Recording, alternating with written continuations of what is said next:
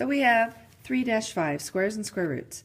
A square of a number is that number raised to the second power. So we've already been doing this. We know that 2 raised to the second power, which we now will call 2 squared, is equal to 4.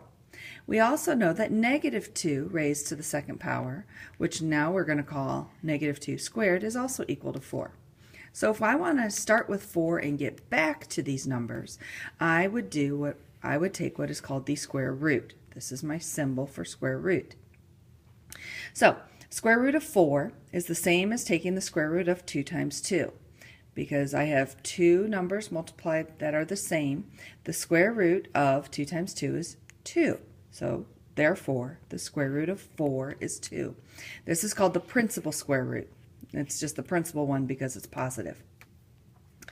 But I can also, remember up here, negative 2 times negative 2, that was also equal to 4. So 4 we can get there by multiplying negative 2 times negative 2.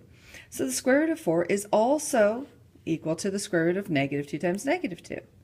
So the square root of 4 is also equal to negative 2. Notice there's two possible answers here because for squares you can get the square root of a positive number you can get from multiplying two positives or multiplying two negatives.